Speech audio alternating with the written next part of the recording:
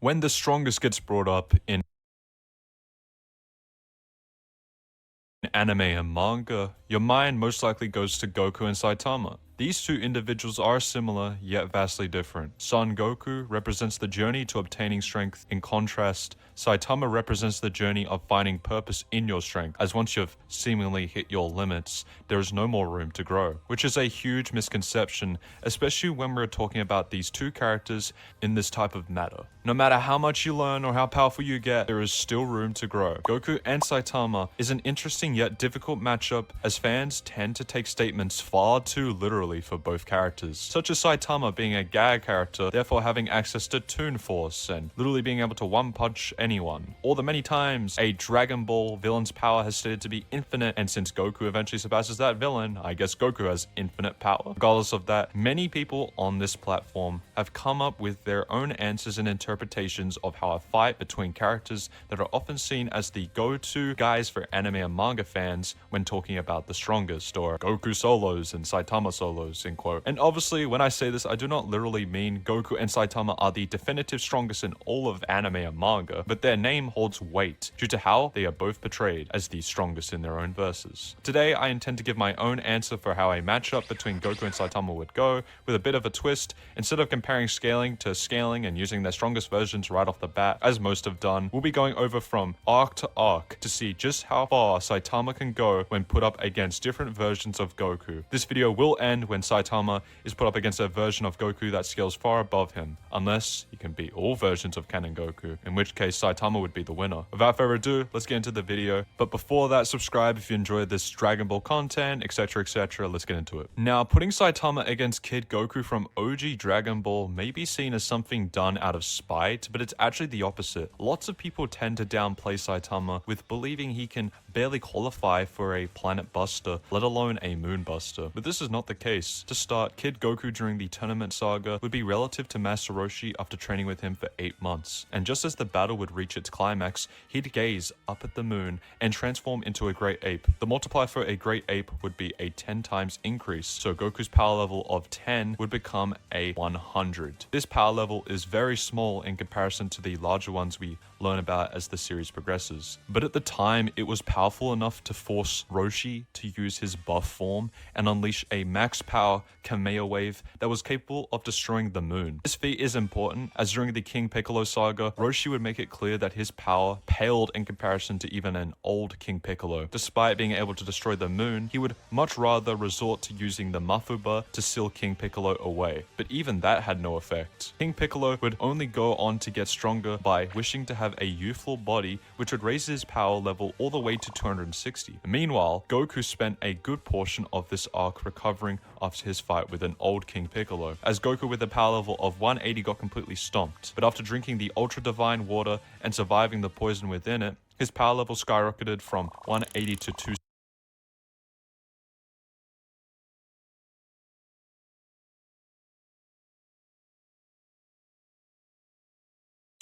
Which directly rivaled King Piccolo's power. Goku with a power level of 260 not only gained the ability to actually sense power levels, but was able to fight and outmatch King Piccolo thanks to his superior technique and raw fighting talent, before going on to defeat him despite only having a single arm at his disposal. So Goku is relative to King Piccolo, who's far above his older self, with that same older self being far above Master Roshi, who can one-shot the moon, which makes Kid Goku at the very least moon level. You could scale him even higher, as King Piccolo states that he has enough power to destroy the Earth, which would give him small planetary levels of attack potency. As way later on in the series, King Cold and Mecha Frieza aren't impressed with Earth size and actually call it a small planet in comparison to the others that they've seen. But Kid Goku being small planetary depends on whether or not you want to take King Piccolo's statement at face value. I believe it's more likely that King Piccolo was referring to over time instead of instantaneously. You have to remember the context of this panel in question. King Piccolo basically flexes his power to the king of the world and does so by destroying half of the city. You also need to remember that destroying the world doesn't mean to literally one-shot a planet. It could mean over time, or a surface level feat of destruction by blowing large chunks of the planet, by raising the current area they are in before going on to replicate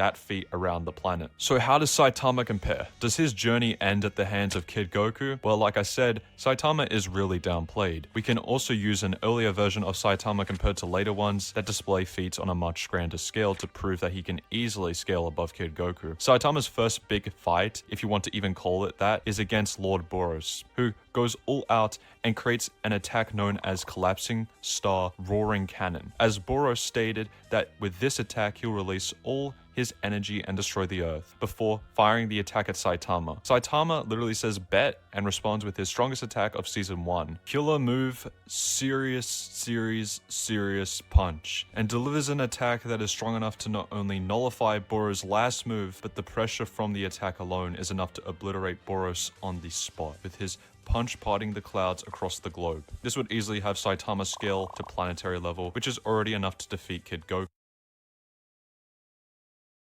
But you could even scale this to large planetary if you just want season 1 Saitama to dunk on Kid Goku even more. So Saitama clears pretty easily, and we can now move on to the Saiyan Saga. Saiyan Saga Goku starts off with a power level of over 8,000 and is able to essentially foderize Nappa, with this same Nappa not only being an elite Saiyan, but with a flick of his fingertips is able to casually blow up a city. This same Nappa is stronger than Piccolo, who in the previous arc could blow up a moon with ease. Though Nappa's power pales in comparison to Vegeta, especially if we use the anime scaling for Vegeta. To start, King Vegeta was shown in a flashback to be able to destroy multiple large planets with a wave of his arm, and Vegeta would later on state during the Namek Saga that he had surpassed his father in power when he was a child. We know that Vegeta did grow in power as he got older, not only because of training, but due to Zenkai boosts after recovering from near-death experiences. And by the time of the Saiyan Saga, he would have a power level of 18,000. This same Vegeta was able to blow up a planet named Alia and its moon from space, with this feat being calced at dwarf star level. Even if you want to downplay Vegeta and throw out the anime-only feats, he would still be in that planetary range of power, as by charging up his Gallic gun, he stated he had enough power to destroy the earth. This is important as Goku has access to Kaioken, a technique that doubles your power, and would use a Kaioken times 3 Kamea wave to raise his power level from over 8,000 to over 24,000 to match Vegeta's Gallic gun, before using Kaioken times 4 in a short burst to utterly overpower and defeat Vegeta in the beam struggle. However, despite Goku's Kaioken times 4 Kamea wave being able to overpower an attack capable of destroying a planet, you'll still need to remember that it took literally every ounce of strength for Goku to use Kaioken at this level of a multiplier. And you also need to remember that after he had used it, he was absolutely drained. He was so drained, in fact, that when it was revealed that Vegeta was alive and tapped into his Great Ape form, all Goku could do was use Kaioken at its base level, and even that attack caused Goku to become completely drained and essentially paralyzed, as he couldn't move, especially after Vegeta broke all of his bones. Saitama, however, was able to perform the feat of nullifying Boros' Collapsing Star Roaring Cannon casually, as even Boros goes on to say that he still had strength to spare. Even if we argue that Goku has the speed advantage due to his showings with Kaioken, just like with Kid Goku, all Saitama has to do is hit Goku once and he's finished. So it really depends if you want to throw out the anime-only scaling, which involves Vegeta destroying a planet with a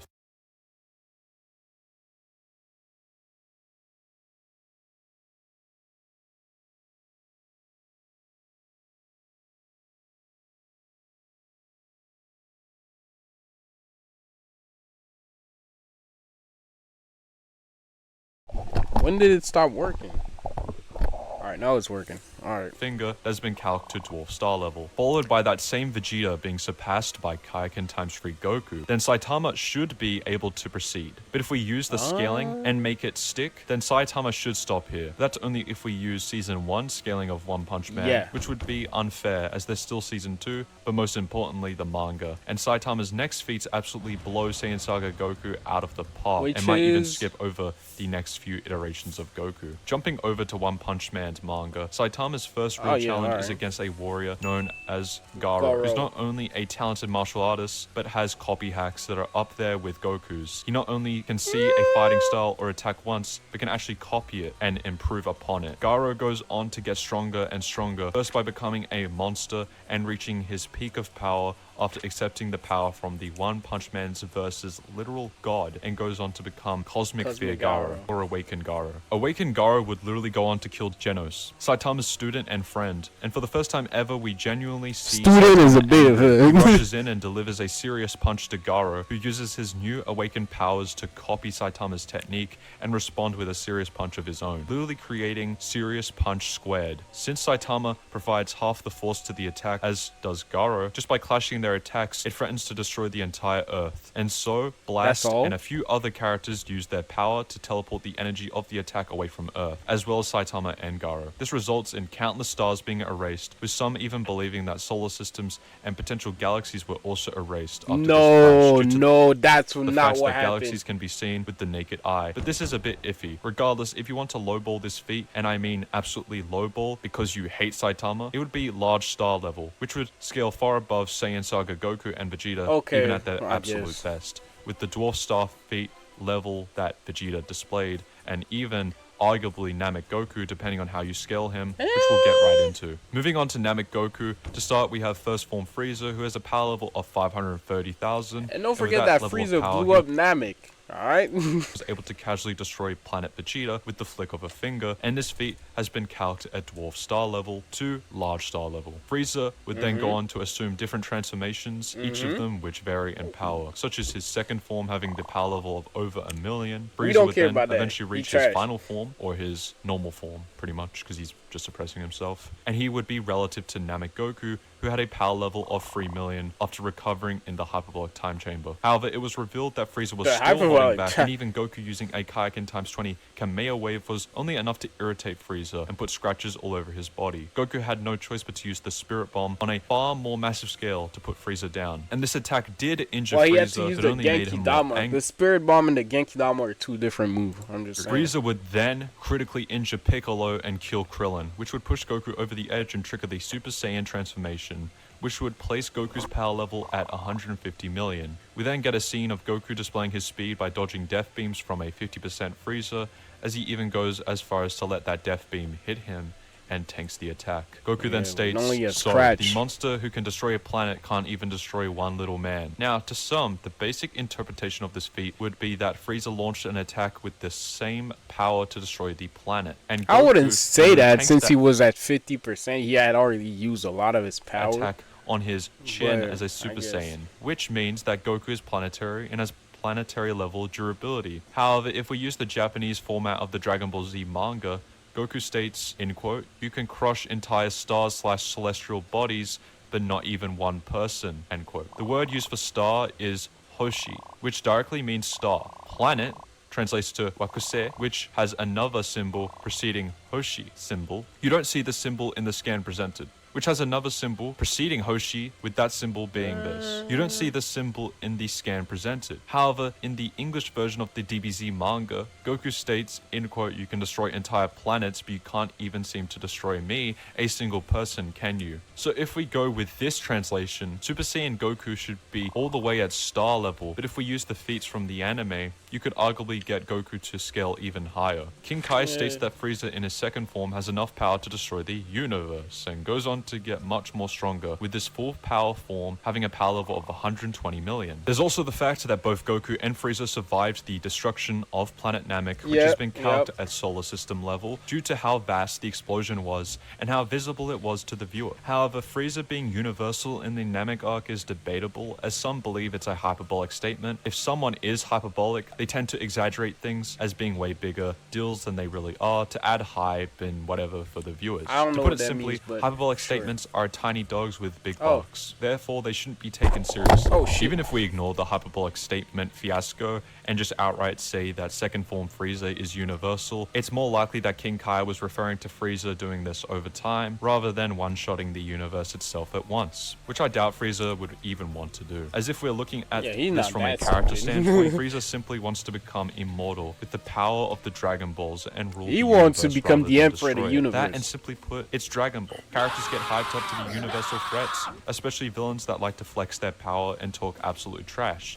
such as Berta claiming himself to be the fastest in the universe, yet we know this isn't true, as Vegeta states the higher your power level, the higher your speed is. And at the time, Goku had a power level that was way higher than Berta and casually outsped him, and even Frieza in his first form had a way higher power level than Berta, which would naturally make him much faster. But to be nice to Namek Goku, we'll say that he ranges from large star level to even solar system level, which is such an extreme leap, but for the sake of the video we'll allow it. This would mean that Saitama stops at Namek Goku, but that's only if you lowball the Serious Punch squared feat. And remember, I only mentioned the lowball scaling for the feat. The feat has been consistently scaled to be anywhere from multi-solar system level to even multi-galaxy level, What? which not only Bro, multi-galaxy, bro. Hell nah, you lying, bro. It's in the manga that it didn't destroy galaxies, but stars. stomps my Namek Goku, God. but even puts Saitama above Cell Saga characters. Goku isn't even the strongest character in the Cell Saga and pales in comparison to Gohan and Cell's power, with Super Saiyan 2 Gohan being able to bully full power Perfect Cell, and that same Perfect Cell gets even stronger and becomes Super Perfect Cell, and gives us the most notable power scaling statement in Dragon Ball by saying he has enough ki to destroy the solar system, and Super Saiyan 2 Gohan with a single arm and proper encouragement from Goku was able to defeat Super Perfect Cell in a beam struggle and erase every cell within his body. No pun intended. So, if you lowball Saitama, he would stop at Namek Goku. But since we're obviously not doing that, he beats Namek Goku, Cell Saga Goku, and now in the final arc of Dragon Ball Z, the Buu Saga. The Serious Punch squared isn't Saitama's best feat against Gaara. He goes on to perform even crazier feats. Saitama and Gaara get teleported all the way to Jupiter, with Saitama is appreciative for, as he outright states he can finally let loose and go all out without putting the Earth in danger, going as far as to say he only needs one fist to beat him. Gaara then creates a hyperspace and attempts to use it on Saitama, but he proceeds to just punt it away before punching Gaara. Gaara then proceeds to spam his hyperspace gates to overwhelm Saitama and use multiple forms of martial arts to tag Saitama. Saitama then proceeds to table flip the surface of Io, Jupiter's moon, and uses the debris and rocks as platforms to speed blitz Gaara and use a move literally called Killer Move Series Omnidirectional Serious Punch. Saitama's speed alone performing the Omnidirectional Punch feat is visually shown as we see him leaping all over Jupiter's moon, and this feat has been calculated to be massively faster than light, with the highest scalings I've seen placing this feat at billions of times faster than the speed of light. But it doesn't just end there. The narrator states that due to feeling an upsurge of emotions that he's never experienced before, Saitama's growth speeds up in the heat of combat, a bit like how a Saiyan can get stronger the more they fight. Or if they experience intense emotions, they can briefly tap into power that they would never experience in their controlled state, such as Goku going from being weaker than Super Saiyan Rose Goku Black to absolutely thrashing him once he found out that he killed Chi-Chi and Goten. Gaara's only answer is to limitlessly copy Saitama until he can surpass him. But that is impossible. Fight starts out with Saitama using his true power against awakened Gaara, and Gaara copies that true power and fights back against Saitama with it. But Saitama's growth is so insane that he can literally surpass himself within an instant, going from being somewhat relative to awakened Gaara to literally leaving him in the dust, as visually shown by the graph, which displays Gaara way at the bottom with Saitama far at the top. Saitama then sneezes so hard he literally blows away all of Jupiter's gases before fighting his way to Gaara, who was able to teleport back to Earth. Saitama is then able to one-shot Gaara and send him flying all the way back to Earth, and Saitama's punch is so powerful it cracks through awakened Gaara's cosmic armor. Mind you, Gaara not only copied Saitama's power, but his physical attributes as well as his ability to grow, meaning that Saitama from chapter 168 would be able to one-shot every previous iteration of himself, including the Saitama that nullified Boris's final attack, and even the version of Saitama from the previous chapter, despite Gaara copying Saitama's potential and power. Gaara then regains consciousness and I'm confused, bro. Since when is there a cosmic armor? Isn't that his skin? realizes what he's done, and to atone for his sins, he opts to teach Saitama his time travel technique by manipulating the particles within your body to the point that they turn into anti-particles. The user of this technique can travel back in time. After achieving his cosmic fear mode, Gaara gained the ability to manipulate particles within his body on a subatomic level and force them to behave like antiparticles. Although this ability is supernatural, he refers to it as the ultimate technique of his martial arts. Garo once admitted that he hadn't yet mastered this technique for time travel, which is why he passes this technique down to Saitama. Just as Garo began to demonstrate the technique in front of Saitama, the One Punch Man's god began to take Garo's powers away and kill him, though Saitama was able to replicate Garo's time travel ability, successfully traveling back to the past at the exact moment that Garo gained God's powers before one-shotting awakened Garo. Though the manga states it took 0 punches for Saitama to defeat Garo, That's immediately impossible. after beating Garo, Saitama was forcibly merged with the current timeline version of himself, resulting in a singular Saitama with no memory of the ominous future or the time travel technique. This is quite easily an immeasurable speed feat, as Saitama was able to move so quickly he went back in time. Though you could argue that this is just a move rather than Saitama's actual speed, at his absolute best you could scale Saitama to universal depending on how you interpret Garo's hyperspace gates, with the literal definition of a hyperspace being a space that is 4th dimensional or more, or depending on how you interpret the narrative statements regarding awakening Garo's power. To start, Garo had gained the knowledge of all energy and understanding of all forces in the universe, and therefore was able to copy all energy and all forces used against him during his fight against Saitama. However, as I previously stated, by experiencing intense emotions in the heat of battle, Saitama began to grow and not only surpass Garo, but grew to a level beyond Garo's own understanding, despite gaining knowledge of all energy and understanding the forces in the universe. Though as I said, this really depends on how you interpret statements like these. But to recap, at a lowest of low balls, Saitama would be large star level and is consistently scaled between multi-solar system level to multi-galaxy level. And scaled to his absolute peak, he would be universal. So how does Buu Saga Goku compare? To start, Buu Saga Goku is comparable to Kid Buu, who is consistently portrayed as being the strongest version of Kid Buu when it comes to the Toei versus scaling. This would mean that Kid Buu upscales Buhan's Vice Shout feat, which he performed against Super Vegito. This feat consists of an enraged Buhan tearing apart the dimensional walls, causing other dimensions to flood in. If Super Vegito didn't stop Buhan, then the entire universe itself would be crushed by alternate dimensions. Super Vegito powers up and is able to break through Buhan's barrier and punch him, stopping the attack and essentially saving the universe. And mind you, this was Buhan's own power rather than a hack-based ability. This feat would already be high universal, as Buhan was going to destroy the living universe, which is stated to be infinite in size, but is casually affecting alternate dimensions, because Kid Buu is stronger than Buhan in the anime, and Super Saiyan 3 Goku was equally fighting him. This would make Buu Saga Goku at his strongest to be universal, especially when you realize that Goku stated Kid Buu had the power to make the universe literally go poof. Kid Buu being universal isn't all that surprising, as there has been consistent statements for him to be capable of destroying the universe, including the Kaioshin realm, with some statements even being mentioned for Fat Buu being a universe buster, which is the weakest of Buu's forms, that Goku surpasses as Super Saiyan 3 during the Buu Saga. Even if you argue that Shin was referring to Buu destroying the universe over time, this wouldn't make sense, as I previously stated Goku says that Kid Buu can destroy the universe in a poof, which should refer to within an instant. But even if we ignore this statement from Goku, since the mortal universe and Kaioshin realm are space-times, over-time destruction would still make them universal plus in terms of attack potency. So it's safe to say that Saitama would stop at Buu Saga, even if you want to take the scaling for a hypothetical universal Saitama as literally as possible. Saitama isn't getting past Battle of Gods Goku, who takes a giant crap on Saitama's feat of connecting a punch with Garo, but is capable of not only destroying the Earth, countless stars, possible galaxies, and solar systems. Goku clashes with Beerus, and by doing so threatens to destroy the entire Dragon Ball macrocosm, which is far bigger than One Punch Man's entire verse. Goku would then absorb the power of Super Saiyan God into his base and be far stronger as just a Super Saiyan. Even if we use Saitama's ability to grow in battle, it doesn't matter if your opponent is